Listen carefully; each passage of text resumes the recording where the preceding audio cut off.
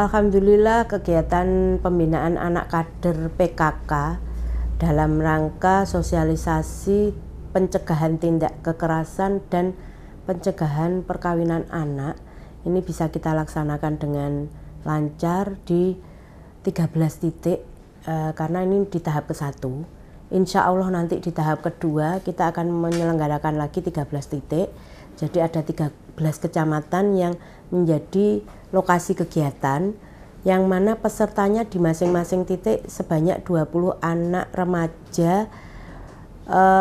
Ini adalah anak-anak kader PKK karena program ini merupakan program dari tim penggerak PKK Kabupaten Kediri terutama di Pokja 1, dan ini juga merupakan inisiasi dari Ibu Ketua Tim Penggerak PKK Kabupaten, Ibu Eriani Anissa atau biasa dipanggil dengan sebutan akrab Mbak Cica. Ini menghendaki kita bisa melakukan pencegahan PKK, bersama PKK bisa melakukan pencegahan terhadap tindak kekerasan dan terhadap anak-anak yang melakukan pernikahan dini atau mencegah terjadinya pernikahan anak. Jadi atau yang biasa disebut cepak cegah pernikahan anak. Oke, sebelum saya mulai selanjutnya, saya kasih informasi dari ini PA Kabupaten Kediri.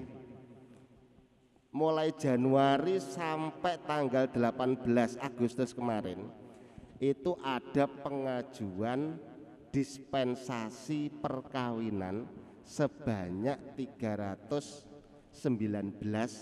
anak. Bocah 319 iki wis pengen rabi, Mbak. Bayangno. Gek iku umure antara 15 sampai 17, 14 sampai 17. Dari data yang masuk itu rata-rata ini hamil duluan. Anak yang mengajukan dispensasi perkawinan di pengadilan agama itu pasti rata-rata hampir 90% itu mesti nopo hamil duluan. Nyapa kok ngono? Nah iki sih aku bingung, Mbak. Sing ngerti iki sampean utawa karo bocah-bocah sing lanang. Lek ngerayu iki piye? Terus lek lakoni iki yo nek endi? Iya toh? Kok sampai terjadi hal-hal yang jereke kuwi tabrakan. Jereke lho ya. Nah, biasanya kan ngono. Iya kan? Jereke tabrakan karena data itu data yang diberikan oleh pengadilan agama itu pasti valid. Hampir semua hamil duluan. Nah, di benak KUA selama ini belum menemukan itu nyapa kok mesti pengajuannya itu mesti hamil dhisik. Masalahnya apa? Biasanya itu rata-rata masalah iki digojloki kancane mekan. Mek ngono gak wani, ngono. Biasanya ngono ya ta? Ngono gak wani. Dolan bareng-bareng digodoh, dijajal, mek ngono gak wani. Padahal tidak tahu semua, dua-duanya tidak tahu. Kalau misalnya terjadi hubungan antara dua orang, laki-laki dan perempuan, dan terjadi sesuatu hal, itu pasti akan mengakibatkan apa? Hukum di belakangnya. Pasti.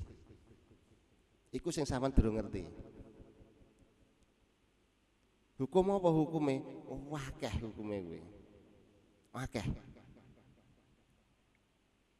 Satu hukum pernikahan atau perkawinan, yang kedua terkait hukum anak, yang ketiga terkait masa depan, hukum masa depan anak, yang ketiga terkait dengan urusan orang tua, yang banyak hal. Ketika sampai dadi berhubungan itu sing repot sapa? Sapa sing repot?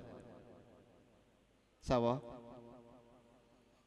Kok seorang tua tok lho, sampean ya bingung ngono lho. Wong tua bingung, tanggane ya bingung.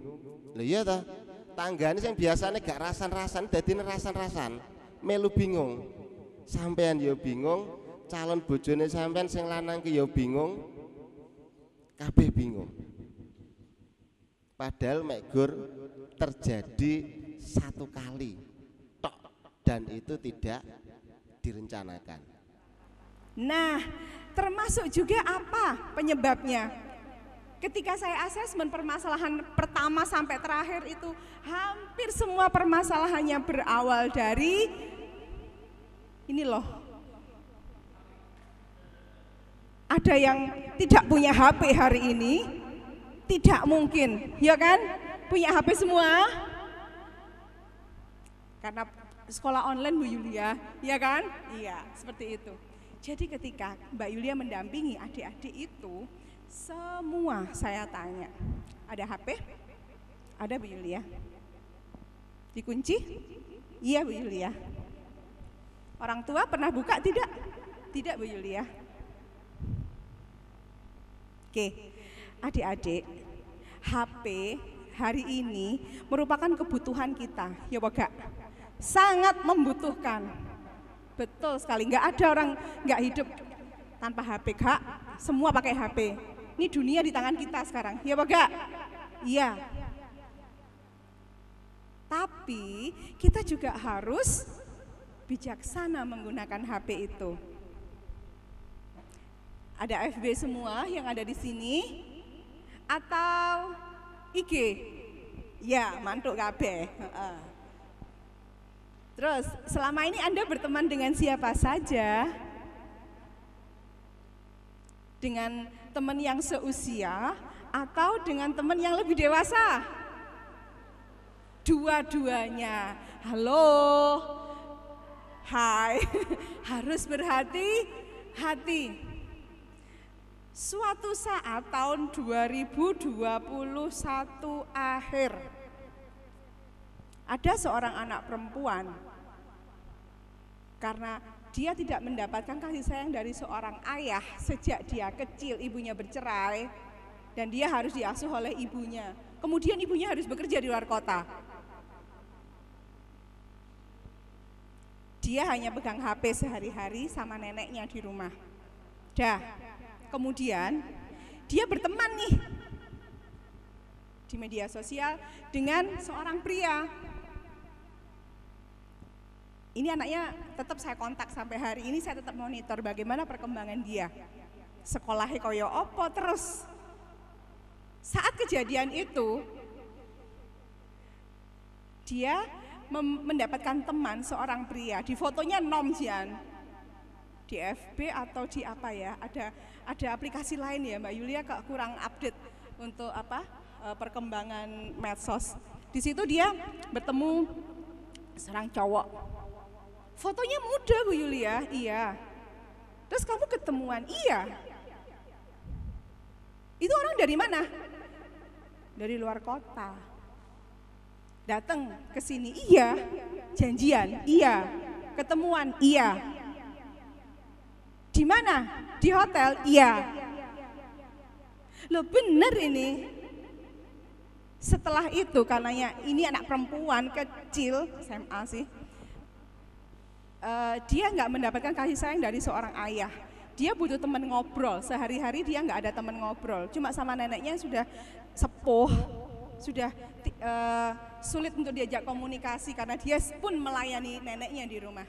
Ketika dia mendapatkan perhatian dari seorang cowok, wow, dia wow banget, dia senang banget, apalagi dijanjiin, diiming-iming mau beli, kalau mau beli HP mah kecil, bilangnya bukan HP aja, rumah, mobil, wis, iming-imingnya luar biasa.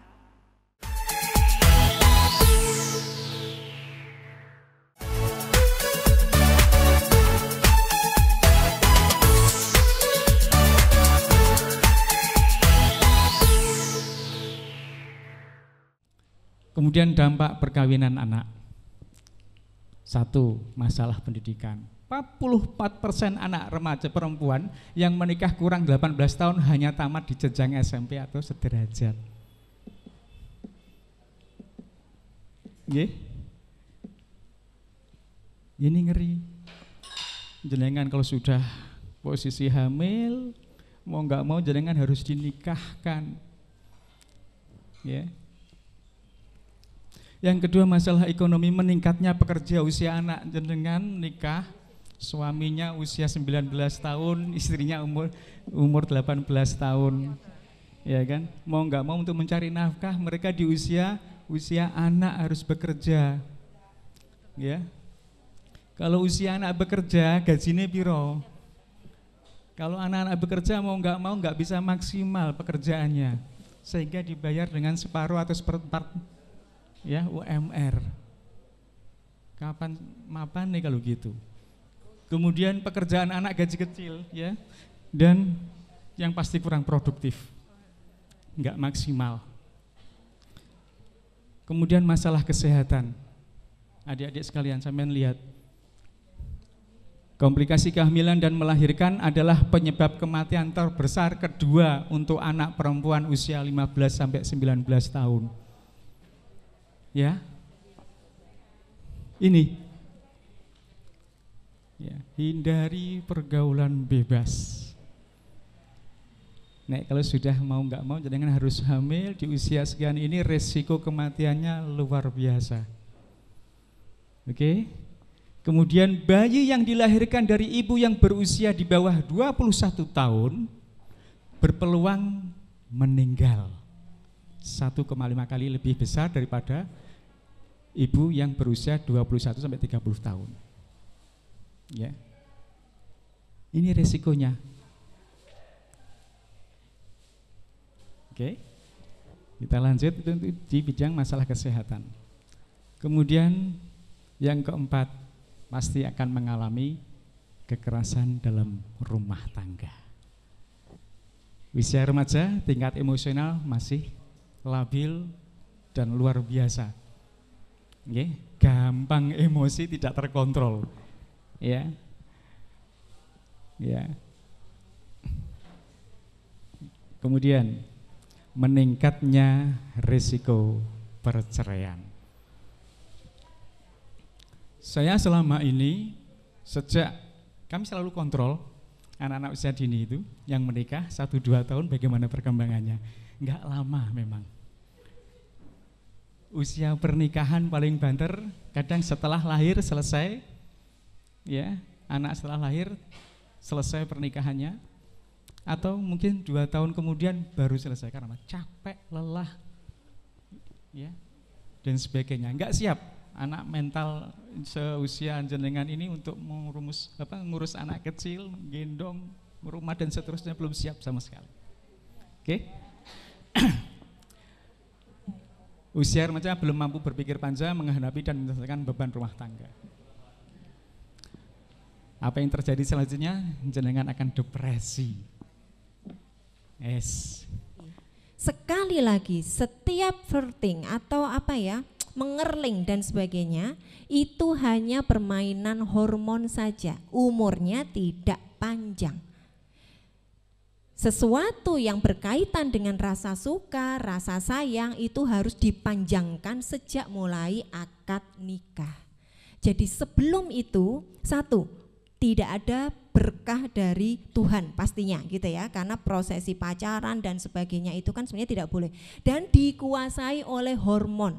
Sekali Anda ngintip, gantengnya gitu, gantengnya gitu ya, itu di dalam otak Anda dopamin itu hormon yang membuat Anda semangat melihat dan melihat lagi, pengen dan pengen lagi. Makanya sekali Anda disentuh, dopaminnya pasti banjir. Sebisa mungkin tubuhmu punyamu, tidak boleh disentuh oleh siapapun. Artinya dalam hal seksualitas itu teman-teman yang harus paham, semua hormon-hormon rasa suka dan sebagainya itu namanya hormon cinta. Ada dopamin, ada serotonin, ada oksitosin, permainan hormon semua. Kalau kita pakai rasional kita, ingat hormon itu bisa naik bisa turun. Pada masa naik Anda harus kendalikan supaya tidak terlalu membuncah, supaya tidak kemudian Anda gatelan bahasanya ya, punya sifat yang kemudian aku tak gaya bandek endelok gitu. Nah misalkan seperti itu berarti, atau Anda berlenggak-lenggok di depan siapa gitu kan yang Anda sukai. Nah jadi ketika seksualitas ini kita bisa atur, nanti juga bisa mengurangi arah ke kekerasan. Kok bisa ya? Adakah pelecehan seksual tanpa disertai kekerasan? Menurut Anda? Ada, itu bukan pelecehan seksual, itu suka sama suka, beda nak. Jadi kalau suka sama suka, kita tidak bisa menggunakan hukum pelecehan seksual. Apa? Hukumnya apa? Pelanggaran norma susila. Tapi kalau pelecehan, namanya juga dilecehkan. Masa kita mau bilang gini, Mas lecehin aku dong, kan nggak mungkin gitu kan. Ya bahaya gitu kan.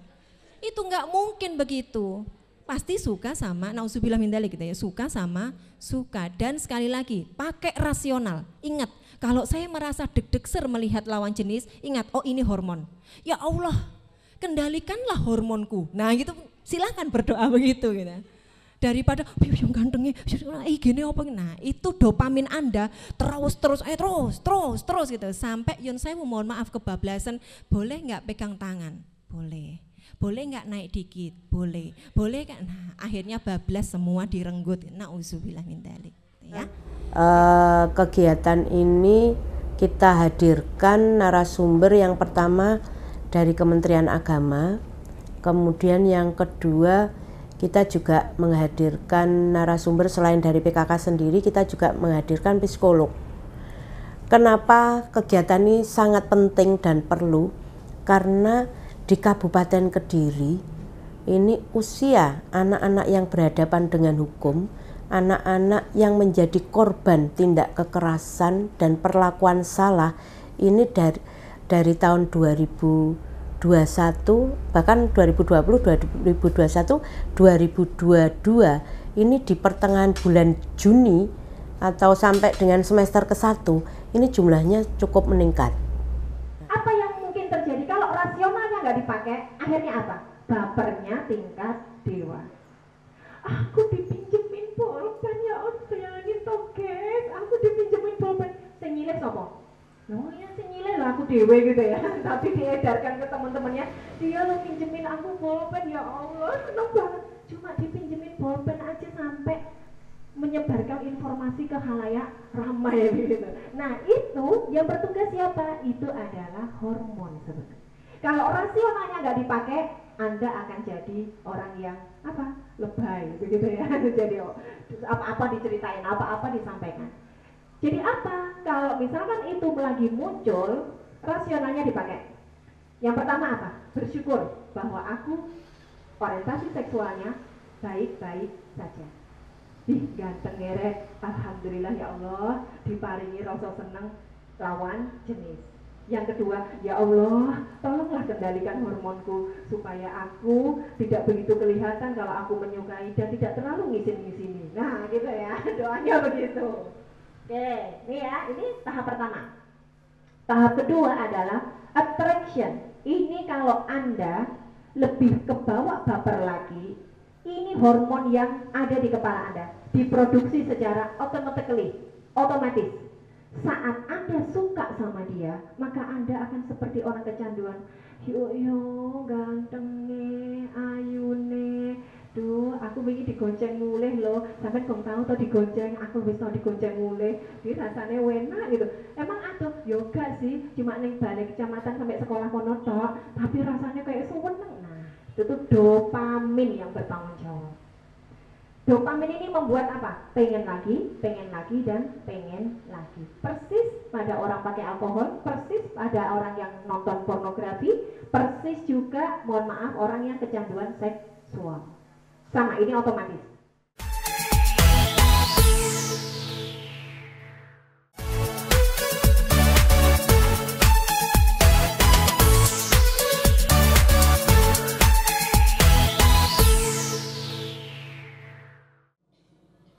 Karena sudah terbiasa dan menganggap seperti itu hal yang wajar, padahal tidak.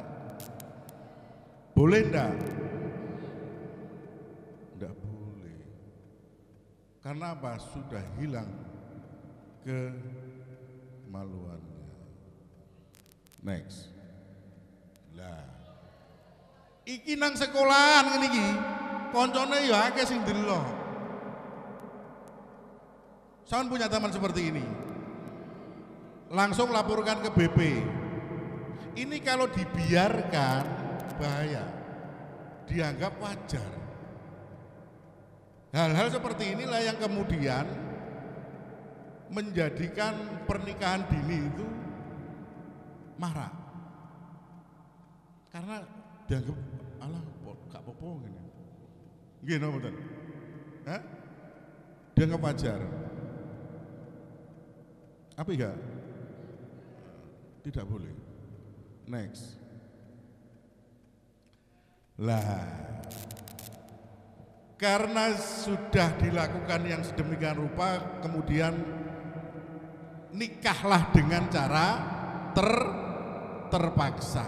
Maka dalam kehidupannya pasangan muda ini tidak mampu beli susu.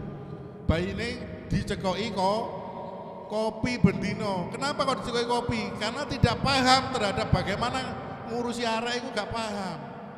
Karena saking masih mudanya, masih belianya, gak ngerti cara ngopeni arek cilik, bagaimana cara ibu hamil itu bagaimana harusnya, itu tidak paham. Sehingga yang terjadi apa? Banyak stunting. Tahu ke rumah stunting? Nopo stunting?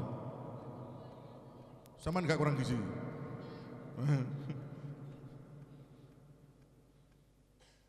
Antara pertumbuhan dengan usia tidak sama, stunting, kurimen, ngerti kurimen?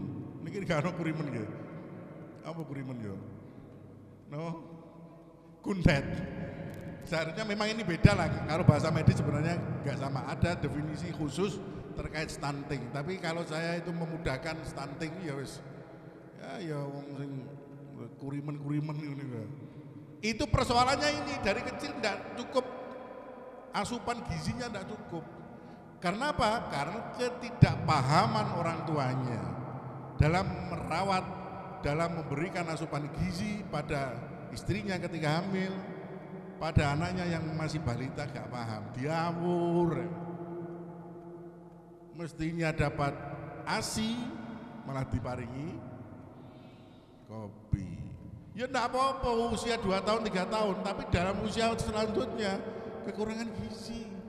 Yang terjadi adalah stunting. Kurimen itu malah, kurimen. Nah, next. Nah, iku mang enak isian. Ono pasangane, lha iki gak ono pasangane. Kenapa kok terjadi begitu? Mayoritas lah iku mang. Nek wis meteng ditinggal. Yo, eling-eling sing itu. Meteng, dirabi, dipaksa, ditinggal. Pan cara meteng ya ora tak rabi. Misale sing lanang. Kira-kira bisa ndak? Kenapa kok ndak bisa? Meteng terus sampean sing lanang itu terus melayu itu bisa enggak kira-kira? Kenapa ndak bisa? Lho melayu kok. Sing lanang melayu. Meteng sing wedok terus sing lanang melayu.